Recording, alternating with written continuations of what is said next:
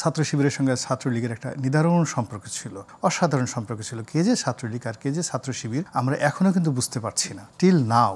হাতে গোনা কয়েকজন মাত্র তারা সামনে এসে বলছেন যে আমরা শিবিরের সভাপতি, কিন্তু ছাত্রলীগের সঙ্গে জড়িত ছিল এখন যিনি ভিপি হলেন। কিন্তু এর বাইরেও এখন সন্দেহ এত দানা বেঁধে গেছে যে অনেকে মনে করছে যে ছাত্র দলের বড় বড় যারা প্যানেলে প্রতিদ্বন্দ্বিতা করেছেন ওদের চেহারার মধ্যে একটা দাড়িপাল্লা ভাবসাব অনেকে খোঁজার চেষ্টা করেছে যে ওরাও শিবির হতে পারে নাকি।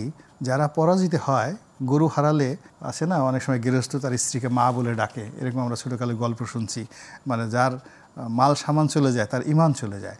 এখন যারা পরাজিত হয়েছে বা যারা মনে মনে চায়নি যে শিবির ক্ষমতা আসুক, তাদের অনেকেরই আসলে নানা রকম কল্পকাহিনী মনের মধ্যে চলে আসছে, এরকম নানা রকম সমীকরণ শুনতে পাচ্ছি। It's very interesting. এই প্রথম একটা নির্বাচন, যে নির্বাচনকে কেন্দ্র করে ঢাকা বিশ্ববিদ্যালয়ের ক্যাম্পাসের চারিদিকে বিশাল সমর্থক শ্রেণী দুটো অংশে তারা দাঁড়িয়ে কোথাও নীরবতা পালন করেছে এবং কাদের সংখ্যা বেশি ওটা তারা প্রদর্শন করেছে। যেমন নীলক্ষেতে একদিকে ছাত্রদলের সমর্থক বিএনপির যারা নেতাকর্মী তারা, অন্যদিকে জামাতের কর্মী সমর্থকরা।